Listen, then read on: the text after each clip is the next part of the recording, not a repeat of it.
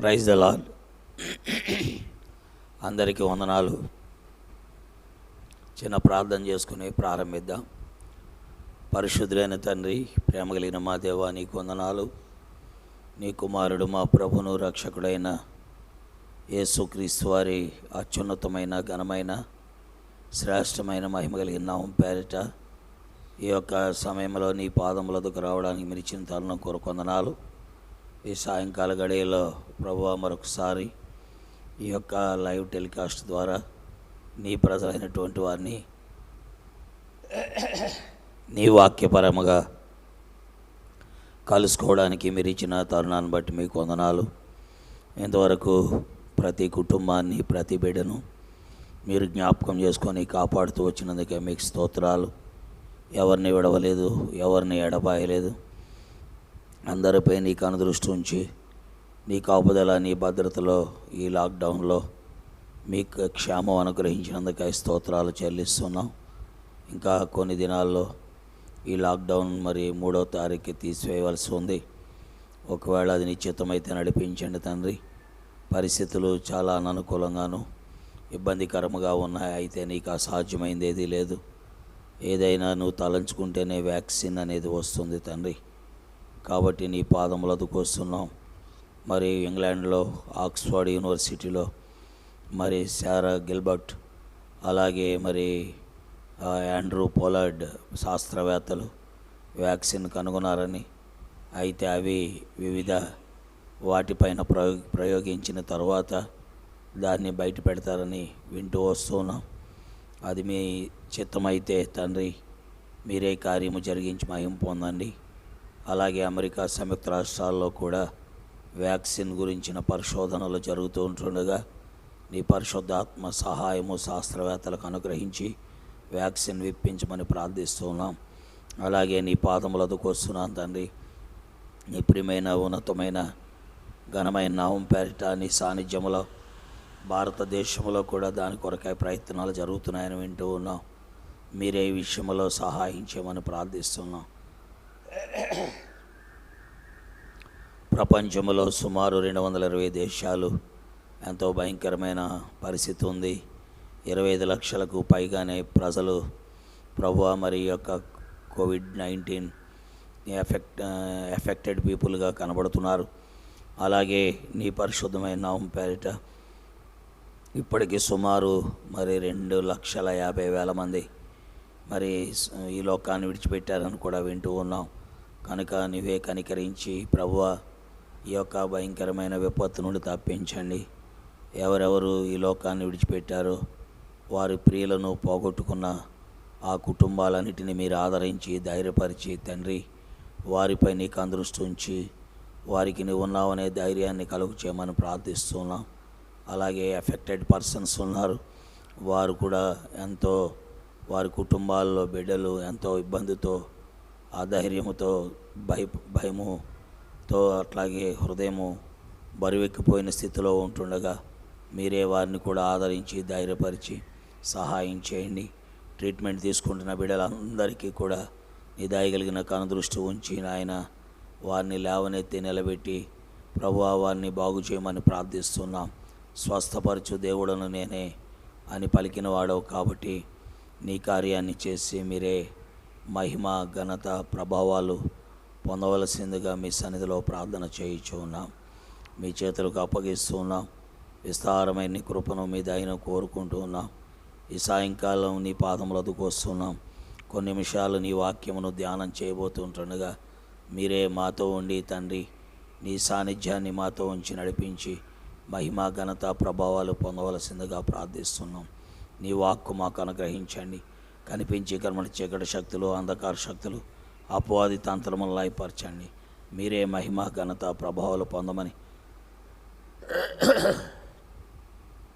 నీ చేతులకు సమర్పించుకుంటూ నీ సన్నిధి మాతో ఉంచి నడిపించమని ఆత్మ సహాయం కోరుకుంటూ యేసుక్రీస్తు వారి దివ్యనామంలో ప్రార్థిస్తున్నాము తండ్రి.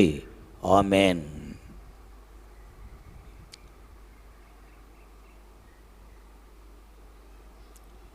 పరిశుద్ధ గ్రంథం పైకి చూపిస్తూ పఠింప శ్రేష్ఠ గ్రంథం బైబిల్ అనే మరి కోరస్ పాడుకుంటాం. పఠింప శ్రేష్ఠ గ్రంథము బైబిల్, పఠింప శ్రేష్ఠ గ్రంథము బైబిల్, అనుదినము పఠించిన ప్రేమతోడ నడుపును, ఆ పఠింప శ్రేష్ఠ గ్రంథము Bible. The best book to read is the Bible. The best book to read is the Bible. If you read it every day, it will help you all the way.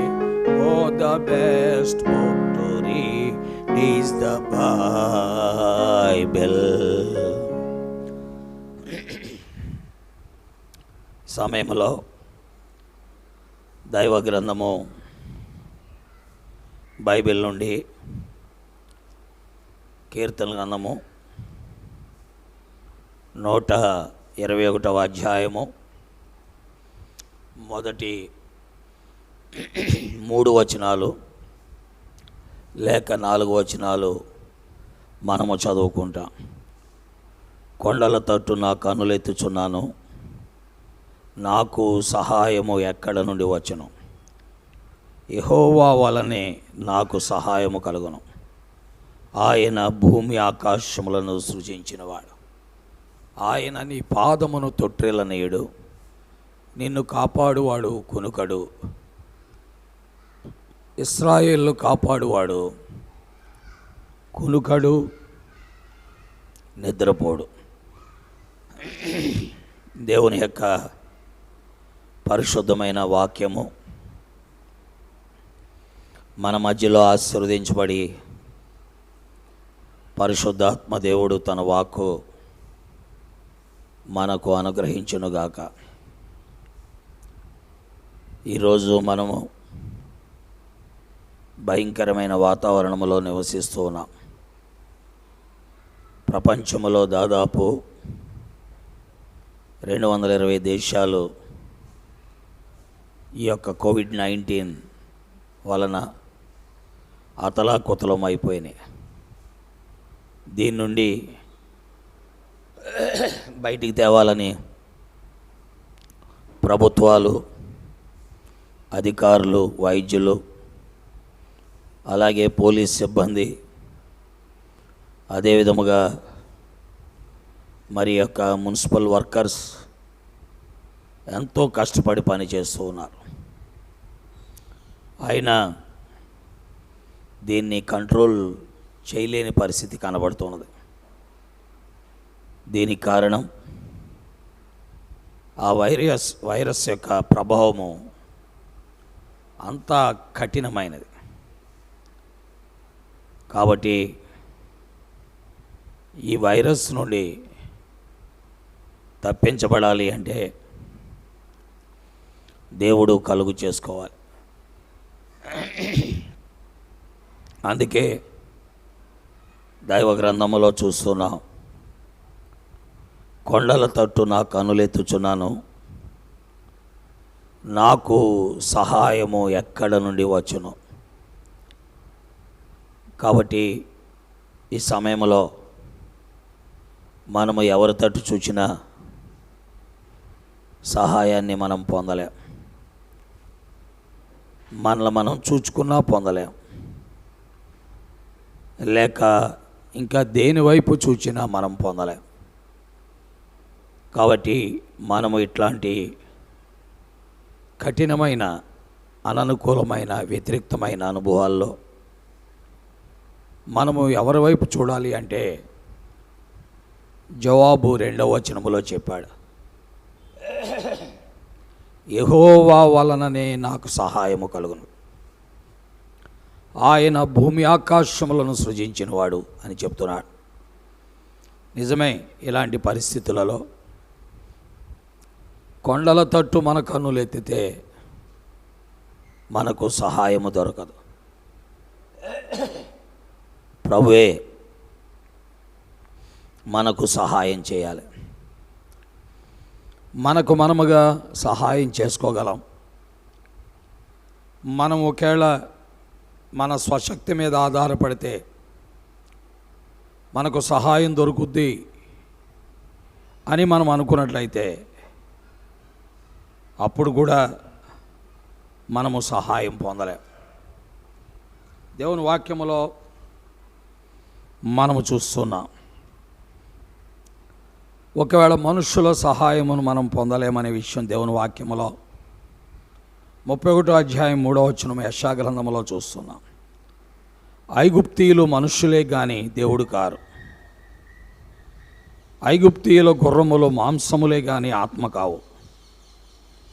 యెహోవా తన చెయ్యి చాపగా సహాయము చేయువాడు జోగును, సహాయము పొందువాడు పడును. వారందరూ కూడి నాశనమవుతారు. కాబట్టి ఫలానా చోట నుండి సహాయం వస్తుందని మనం ఐగుప్తు వైపు చూచినా, మనుష్యుల వైపు చూచినా సహాయాన్ని పొందలేం. ఈ రోజున గుర్రముల బలమయందు కానీ, నరుల కాలు సత్తుయందు కానీ మనము సహాయం పొందలేమని దేవుని వాక్యములో 147వ కీర్తనలో మనము స్పష్టముగా చూస్తున్నాం. అక్కడ రాయబడిన మాట ఏంటంటే, కొందరు గుర్రములను బట్టి రథములను బట్టి అతిశయిస్తారు. ఈనాడు ప్రపంచాలు మరి ఈ యొక్క వైమానిక బలం, సైనిక బలం, నౌకా బలముతో అతిశయించారు. బాంబులు ఉన్నాయి, న్యూక్లియర్ బాంబులు ఉన్నాయి, హైడ్రోజన్ బాంబులు ఉన్నాయని ఎన్నో రీతిలుగా మాట్లాడుకుంటూ వచ్చారు. కానీ ఈ వైరస్ను ఎదుర్కొనే ధైర్యము దేనికి లేదు అనేది రుజువు చేయబడింది. కాబట్టి కొందరు గుర్రములను బట్టి, కొందరు రథములను బట్టి అతిశయిస్తారు. కాబట్టి పిల్లరా, గుర్రముల బలములో, రథముల బలములో, నరుల కాలు సత్తువులో ఏమీ లేదని దేవుని వాక్యము స్పష్టముగా చెప్పుచున్నది. అందుకనే 147:10లో గుర్రముల బలము ఆ దేవుని ఎదుట వ్యర్థం, నరుల కాలు సత్తువ కూడా ఆయన ఎదుట వ్యర్థం. కాబట్టి గుర్రముల బలము, రథముల బలము, వీటన్నిటిపైన మనం ఆధారపడకూడదు. మనము కేవలం దేవుని వైపే చూడాలి. అందుకే దేవుని వాక్యములో 121వ కీర్తనలో భక్తుడు అంటున్నాడు, కొండల తట్టు నా కన్నులెత్తుచున్నాను, నాకు సహాయము ఎక్కడ నుండి వచ్చును? యెహోవా వలననే నాకు సహాయం కలుగును. కాబట్టి దేవుని యొద్ద నుండి తప్ప సహాయము ఈ ప్రపంచములో ఎక్కడా మనం పొందలేం. అందుకే ఇప్పటికైనా మనము దేవుని వైపు చూడాలి. ప్రపంచము యావత్తు దేవుని వైపు చూడాలి.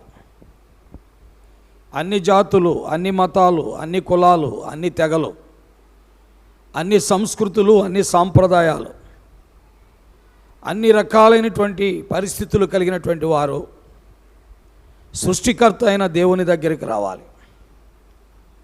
కాబట్టి ఆయన వలననే మనకు సహాయం. అందుకనే 2వ వచనములో యెహోవా వలననే నాకు సహాయము కలుగును. ఆయన భూమి ఆకాశములను సృజించినవాడు. యెహోవా అంటే ఉన్నవాడు, అనువాడు, ఉండుననువాడు. నేను ఉన్నాను అని పలికినవాడే ఆ దేవుడు. ఆ దేవుడు భూమి ఆకాశములను సృజించినవాడు. అంతేకాదు, కీర్తన 146 అధ్యాయం 6వ వచనములో స్పష్టముగా రాయబడి ఉంది. ఏమని రాయబడి ఉంది దేవుని వాక్యం? ఆయన ఆకాశమును, భూమిని, సముద్రమును, దానిలోని సర్వమును సృజించినవాడు. ఆయన ఎన్నడూనూ మాట తప్పనివాడు. కాబట్టి ఆయన ఎవరంటే ఆ యెహోవా ఉన్నవాడు, అనువాడు, ఉండుననువాడు అని నిర్గమాకాండం 3:14లో చదువుతున్నాం. ఆ ఉండుననువాడు ఏమంటున్నాడు అంటే, దేవుని వాక్యములో ఆయన ఆకాశమును ఆకాశమును భూమిని భూమిని సముద్రమును దానిలోని సర్వమును సృజించినవాడు. కాబట్టి ఈనాడు మనం అనుభవించుచున్న సృష్టిలో సమస్తము ఆయనదే. మనం పీల్చే గాలి కానీ, త్రాగుచున్న నీరు కానీ, నిలబడిన భూమి, పైన ఆకాశము, సూర్యచంద్ర నక్షత్రాలు, ఈ పంచభూతములు, ఈ వాతావరణం సమస్తము ఆయనదే. ఆయన ద్వారా ఇవి నిర్మాణమైనాయి. కాబట్టి ఆ దేవుని దగ్గరకు మనం వెళ్ళాలి. ఆ దేవుడే మనకు సహాయకుడు. ఆయనే మన ప్రాణమును ఆదరించి ధైర్యపరచగలిగినటువంటి వాడు. కాబట్టి ఈనాడు గుర్రాలు, రథాలు, అలాగే నరుల కాలు సత్తువ ఏమీ చేయలేదు అని దేవుని వాక్యం మాట్లాడుతున్నది. అందుకే దేవుని వైపు మానవుడు చూడవలసిన వాడని దైవ గ్రంథం స్పష్టముగా రాస్తూ ఉన్నది, తెలియపరుస్తున్నది. అనగా దేవుని వైపు చూడకుండా మానవుడు తన సొంత బలం వైపు చూచిన, తన స్వశక్తి వైపు చూచిన మానవుడు ఏమీ కూడా పొందలేడు. అందుకే దేవుని వాక్యములో భక్తులు ఆయన ఎరిగిన వారు ఏం చేస్తున్నారు? దేవుని వాక్యములో మనము చూస్తున్నాం. 21వ వచనం 33వ కీర్తన, మన ప్రాణము యెహోవా కొరకు కనిపెట్టుకొనుచున్నది, ఆయనే మనకు సహాయమును మనకు కేడమునై ఉన్నాడు.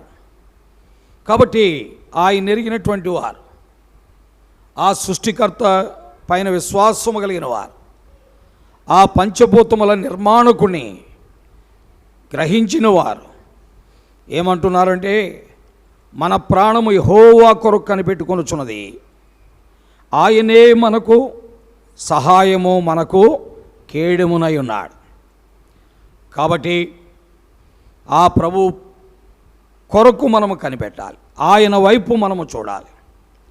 ఆయన కొరకు కనిపెట్టుటంటే ఆయనకు మనము ప్రార్థన చేయాలి. దేవుని వాక్యములో రాయబడి ఉంది, తనకు ప్రార్థన చేయువారి అందరి ఎడల ఆయన సమీపంగా ఉంటాడు అని దేవుని వాక్యములో 145వ కీర్తన 18వ వచనములో మనము చూస్తున్నాం. ఆయన వాక్యములో మనము చూస్తున్న సత్యం అదే. తనకు మొరపెట్టు వారికి, తనకు నిజముగా మొరపెట్టు వారికి ఆయన సమీపముగా ఉంటాడు. కాబట్టి ఈనాడు ఆ సృష్టికర్త అయిన దేవుని వైపు చూస్తే తప్ప, ఆయన కొరకు కనిపెట్టుకుంటే తప్ప, ఆయనే సహాయము కేడమని విశ్వసిస్తే తప్ప మన జీవితంలో మేలును అనుభవించలేం. ఈ భయంకరమైన విపత్తు నుండి బయటికి రాలేం. కాబట్టి దేవుని వాక్యము సెలవిచ్చుచున్న మాట ప్రకారం ఆయన వైపు మనము చూడవలసిన వారు ఉన్నాం. అందుకే దేవుని వాక్యములో మనము చూస్తున్న సత్యాలు ఎంతో స్పష్టముగా కనబడుతున్నాయి. అందుకే అనేక మంది భక్తులు తమ యొక్క పరిస్థితులలో దేవుని వైపే చూచారని కీర్తన గ్రంథం 54 అధ్యాయం 4వ వచనములో మనం చూస్తున్నాం. కీర్తన గ్రంథం 54:4 మనం చదువుతుంటే ఎంతో స్పష్టముగా రాయబడింది, ఇదిగో దేవుడే నాకు సహాయకుడు, ఇదిగో దేవుడే నాకు సహాయకుడు, ప్రభువే నా ప్రాణమును ఆదరించువాడు. చూసారా, ఆయనే మనకు సహాయకుడు, ఆయనే మన ప్రాణమును ఆదరించేవాడు. కాబట్టి ఈ భయంకరమైన పరిస్థితులలో ఆ ప్రభువు వైపు మనము చూడవలసిన వారు ఉన్నాం. ఆయనే మనకు సహాయకుడు, ఆయనే మన ప్రాణమును ఆదరించేవాడు. కాబట్టి ఆయన వైపు చూడాలి. ఎందుకు? దేవుని వాక్యములో స్పష్టముగా 13వ అధ్యాయం 5వ వచనములో హెబ్రీయులకు రాసిన పత్రికలో చదువుతున్నాం, నిన్ను ఏమాత్రమును విడువను, నిన్ను ఎన్నడను ఎడబాయనని ఆయనే చెప్పిన కదా. కాబట్టి ప్రభువు నాకు సహాయకుడు, నేను భయపడను, నరమాత్రుడు నాకేమి చేయగలడు. కాబట్టి ప్రియులారా, ఇదిగో ప్రభువే నా సహాయకుడు, నేను భయపడను. ఆయనే నా ప్రాణమును ఆదరించువాడు. కాబట్టి ఆ దేవుని పైన మనం ఆధారపడాలి, ఆయన వైపు మనము చూడాలి. ఇంకా మనము సృష్టికర్త వైపు చూడకుండా, మన నిర్మాణకుడి వైపు చూడకుండా, ఇంకా మానవ కల్పిత పద్ధతుల వైపు, మనుష్యుల పారంపర్య ఆచారముల వైపు, నిరర్ధకమైపోతున్న మానవ జ్ఞానం వైపు, అంతేకాదు మానవ కల్పిత మూలపాఠముల వైపు మనం తిరిగితే మనము సహాయము పొందలేం.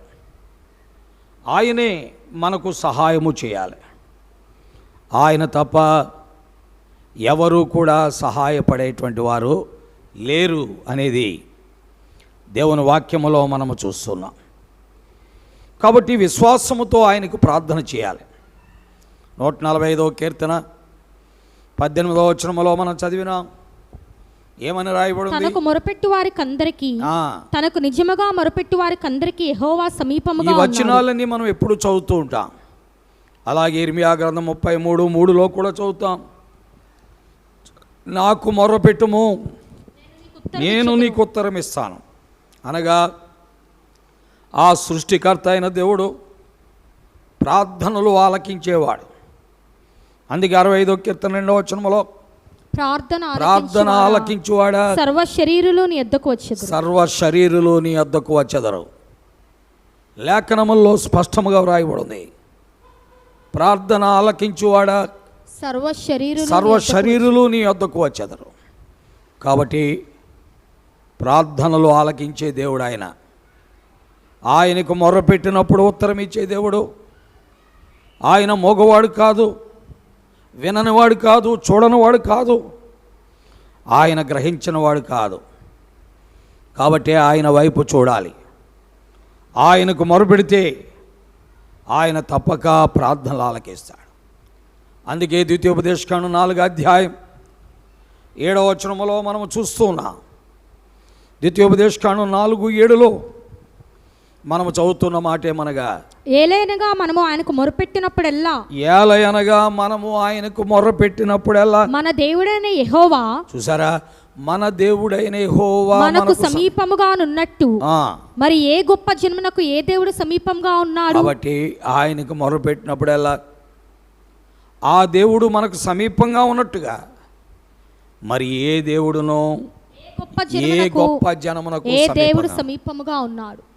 ప్రియులారా, ప్రభు సమీపంగా ఉండే దేవుడు. ఆయనకు మొరపెట్టు వారికి సమీపంగా ఉండే దేవుడు.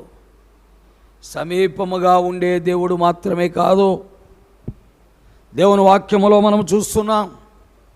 145వ కీర్తన 19వ వచనములో ఆయన వారి మొర్రలు ఆలకించి వారి కోరికలు ఆయన ఏం చేస్తారట?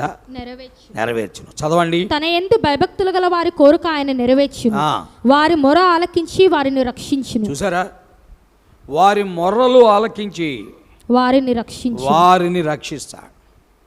కాబట్టి ఈనాడు సహాయపడేవాడు, రక్షించేవాడు, నీ ప్రార్థన వినేవాడు ఆ నిర్మాణకుడైన దేవుడు ఒక్కడే. కాబట్టి నీవు ఆయనకు ప్రార్థన చేస్తే ఆయన నీకు సహాయము చేస్తాడు. ఆయన నీకు సహాయము చేసి ఈ విపత్తు నుండి నిన్ను రక్షించగలిగిన వాడు ఆయనే. కాబట్టి ప్రియులారా, ఆ దేవుడు ప్రార్థనలు ఆలకించువాడు, ఆ దేవుడు సహాయకుడు, ఆ దేవుడు రక్షించేవాడు. కాబట్టి మరవద్దు, ఆ దేవునికి ప్రార్థన చేయటం మరవద్దు, ఆ దేవుని సహాయం కోరుకొనుట మరవకు.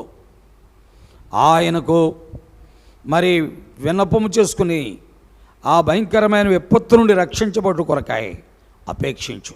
ఎందుకనగా ఆయనతో సముడెవడూ లేడు. కీర్తన 35వ అధ్యాయం 10వ వచనములో మనం చూస్తున్నాం.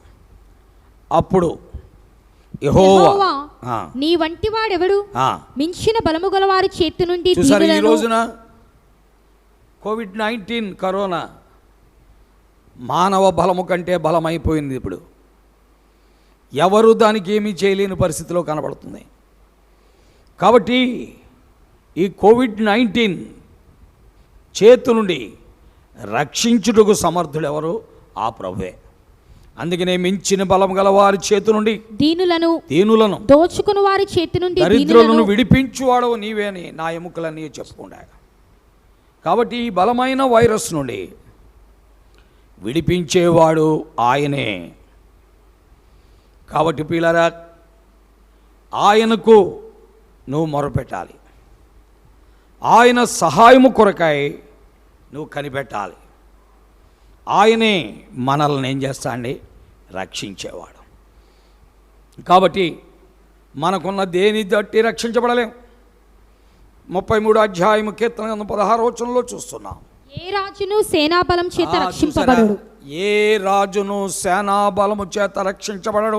ఏ వీరుడును అధిక బలము చేత ఈ రోజున మనకు ఎంతో బలం ఉంది. వదిలితే న్యూక్లియర్ బాంబ్స్ విపరీతంగా వెళ్తాయి, హైడ్రోజన్ బాంబ్స్ వెళ్తాయి, యాటమ్ బాంబ్స్ వెళ్తాయి. ఎన్నో రకాలైన బలమైన జెట్ ప్లేన్స్, వార్ ప్లేన్స్ మనకున్నాయి. కానీ కోవిడ్-19 ఎదిరించే శక్తి వాటికి లేదు. కాబట్టి సేనాబలము చేత మనం రక్షించబడలేం, అధిక బలము చేత తప్పించుకోలేం. రక్షించుట గుర్రము అక్కరకు రాదు. అది దాని విశేష బలము చేత మనుషులను తప్పింపజాలదు. అది తప్పించలేదు. అందుకనే ఆ దేవుని వైపు మనము చూడాలి. ఆ దేవుని వైపు చూడాలి. ఆ ప్రభువుపై మన దృష్టి పెట్టుకోవాలి. అందుకని దేవుని వాక్యములో 147వ కీర్తనలో ఆయన మాట్లాడుతూ 11వ వచనంలో అన్నాడు, యెహోవా యందు భయభక్తులు గల వారి యందు, ఆయన కృప కొరకు కనిపెట్టు వారి యందు ఆయన దృష్టి నిలుచుచున్నది అని దేవుని వాక్యములో మనము చూస్తున్నాం. కాబట్టి ఆయన దృష్టి మన మీద నిలవాలి అంటే ఆయన కృప పైన మనం ఏం చేయాలి? ఆధారపడాలి. ఈ వచనం ఇది 33:19లో కూడా మనం చదువుతాం. కాబట్టి ప్రియులారా, ఈ విపత్తుకరమైన పరిస్థితులలో, ఈ భయంకరమైన అననుకూలమైన వాతావరణంలో మన సృష్టికర్త అయిన, సర్వోన్నతుడైన, సర్వశక్తిమంతుడైన, సర్వాధికారి అయిన, సర్వమునకు ఆధారభూతుడైన ఆ మహిమాన్వితుడు పైన మనము ఆధారపడి ఆయన యొద్దకు వెళ్ళి మొరపెట్టి ఆయన సహాయము కోరుకుంటే ఆయన తప్పక మనల్ని రక్షించేవాడు, మనలను విడిపించేవాడు. త్వరగా ఈ కోవిడ్-19కి వ్యాక్సిన్ కూడా రప్పించేవాడు ఆయనే. ఈనాడు మరి ఒక ఆయన చెప్తూ వస్తున్నారు, శారా గిల్బర్ట్ అని, అలాగే ఆండ్రూ పొలార్డ్ అని, వీరు కనిపెట్టారు ఆక్స్ఫర్డ్ యూనివర్సిటీలో అని. నిజమే పిల్లల, వారు కనిపెట్టాలన్నా ప్రభు సహాయము చేస్తే తప్ప జరగని విషయం. కాబట్టి ఆ ప్రభు పాదములపైనే మనం ఆధారపడాలి, ఆయన వైపు తిరగాలి, ఆయన యొద్దకు మనము రావాలి. ఆయనకి మనము అప్పగించుకోవాల్సిన వారంగా ఉన్నాం. మన పరిస్థితులను చక్కపరుచుకుంటూ ఆ ప్రభు యొక్క సాన్నిధ్యంలో ఆయనకు మనము అప్పగించుకుంటే ఆయన తప్పక కార్యము చేయగలిగినటువంటి వాడు. అందుకనే ప్రభు బిడ్డలైనటువంటి మనము, ఆయన నిర్మాణమైనటువంటి మనలను మనం తగ్గించుకొని మన చెడు మార్గములను విడిచి ఆయనను వెదకి ప్రార్థన చేసినలా ఆకాశము నుండి ఆయన మన ప్రార్థన ఆలకించి మన పాపములను, మన అక్రమములను క్షమించి ఆయన మన దేశమును ఏం చేస్తాడని? స్వస్థపరుస్తాడు. మన దేశమునే కాదు, ప్రపంచమును స్వస్థపరుస్తాడు. ఆయన జగద్రక్షకుడు, జగత్తు అందుల సమస్తానికి నిర్మాణకుడైన దేవుడు. కాబట్టి ఆయనకు అసాధ్యమైనది ఏది కూడా లేదు. ఆయన సర్వశరీరులకు దేవుడని ఇర్మియా గ్రంథం 32 అధ్యాయం 27వ వచనములో మనము చదువుతున్నాం. ఆ ప్రేమామయుడు సహాయము చేయగలిగిన సమర్థుడు, ఆ ప్రేమామయుడు విడిపించగలిగిన సమర్థుడు, ఆ ప్రేమామయుడు రక్షించగలిగిన సమర్థుడు. కాబట్టి విశ్వాసముతో ఆయన వైపు చూద్దాం. ఎందుకనగా మనకు విశ్వాసము లేకుండా మనం ఏమాత్రము దేవుని దగ్గరికి ఏం చేయలేం, రాలేం. కాబట్టి విశ్వాసముతో ఆ ప్రభు దగ్గరికి వెళ్దాం. నీకు ఆవగింజంత విశ్వాసం ఉంటే ఆయన నీ పక్షముగా కార్యము చేయగలిగినటువంటి సమర్థుడు. కాబట్టి నమ్ముదాం, విశ్వసిద్దాం. దేవుని వాక్యములో ఆయన ఒక వాగ్దానం చేస్తున్నాడు. ఏంటి ఆ వాగ్దానం అంటే, యెషయా గ్రంథం 41వ అధ్యాయం 9-10 వచనాల్లో ఆ సృష్టికర్త అయిన దేవుడు ఇచ్చే వాగ్దానం మనం చూస్తున్నాం. ఏమని రాయబడి ఉంది? 41:9-10 వచనాలు. భూదిగంతముల నుండి నేను పట్టుకొని దాని కొనల నుండి పిలుచుకునిన వాడా, నీవు నా దాసుడువనియు నేను నిన్ను ఉపేక్షింపక ఏర్పరచుకుంటున్ననియు నేను నీతో చెప్పి ఆయన మనల్ని ఉపేక్షించడు. ఆయన మనల్ని ఉపేక్షించేవాడు కాదు. అందుకే ఆయన ఏమంటున్నాడు? భయపడకుము, నేను నీ దేవుడనై ఉన్నాను. చూసారా? భయపడకము, నేను నీ దేవుడినై ఉన్నాను. దిగులు పడకము, నేను నిన్ను బలపరుతును. చూసారా? దిగులు పడకము, నేను నిన్ను బలపడుతును. నీకు సహాయం చేయువాడను నేనే. కాబట్టి ఆయన అంటున్నాడు, నీకు సహాయము చేయువాడను నేనే. నీతి అను నా దక్షిణ హస్తంతో నిన్ను ఆదుకొందును. దక్షిణ హస్తముతో నిన్ను ఆదుకున్నాను. కాబట్టి ఈనాడు ఈ యొక్క కోవిడ్-19 బారి నుండి మానవుణ్ణి ఆదుకునేవాడు, మానవునికి సహాయపడేవాడు, మానవుని విడిపించేవాడు, మానవుని లేవనెత్తేవాడు ఆ సత్యవంతుడైన దేవుడే. ఆయనకు అసాధ్యమైంది లేదు. నమ్ముట మీ వలనైతే నమ్మువానికి సమస్తము సాధ్యం. మీరు నమ్మితే దేవుని మహిమను చూస్తారు. ప్రియులారా, ఆ దేవుడే 2020 సంవత్సరాల క్రితం సాక్షాత్తు మానవుడిగా యేసుక్రీస్తును పేరున ఆయన ఈ లోకములోనికి వచ్చారు. ఆయన ఈ లోకములోనికి వచ్చారు.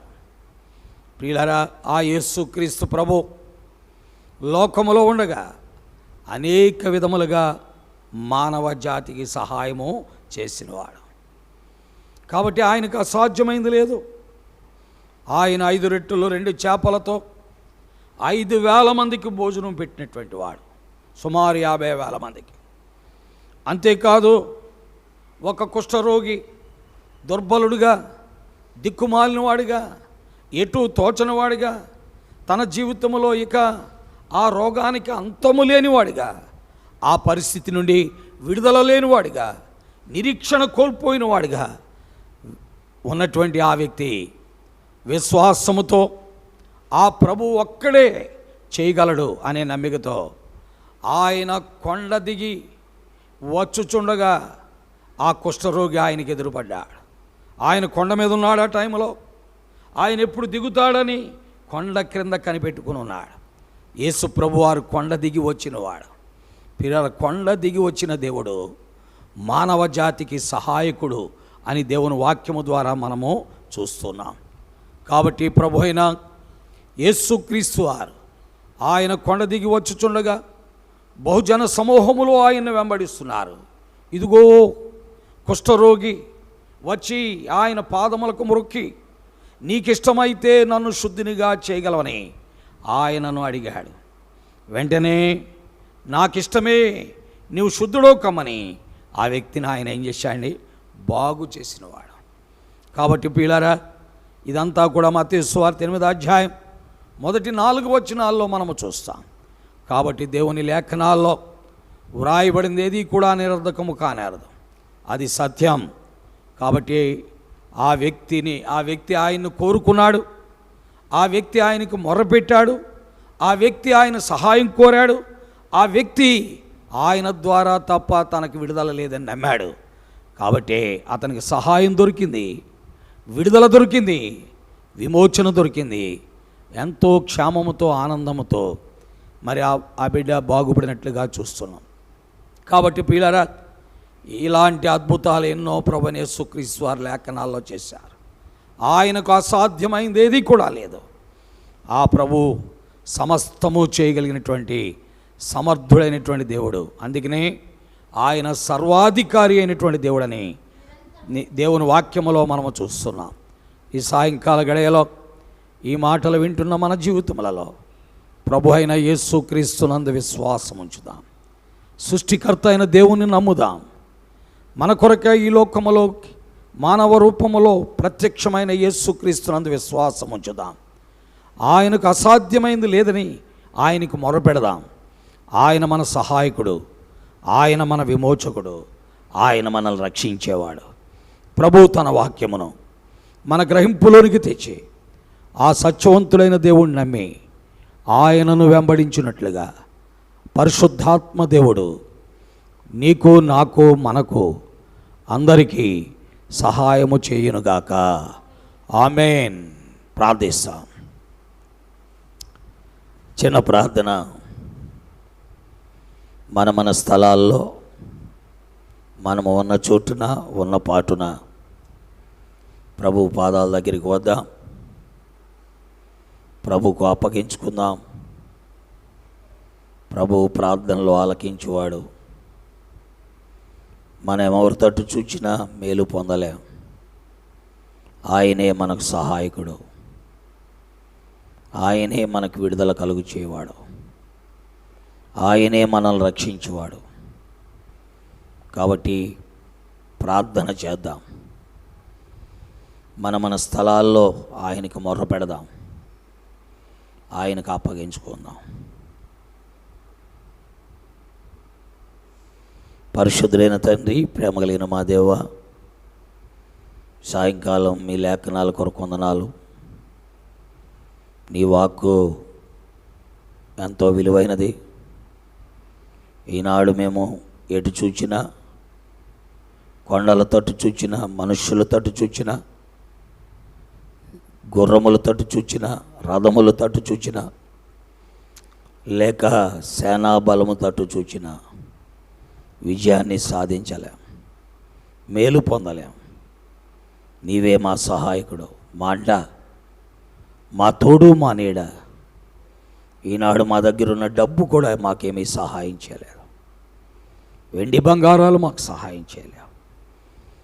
రక్షకుడు అయిన నీవు మాత్రమే, సృష్టికర్త అయిన నువ్వు మాత్రమే సహాయం చేయగలిగిన సమర్థుడు. అందుకే భూమి ఆకాశములు సృజించిన నీ వల్లనే సహాయం దొరుకుద్దని నీ దాసుడు చెప్పాడు.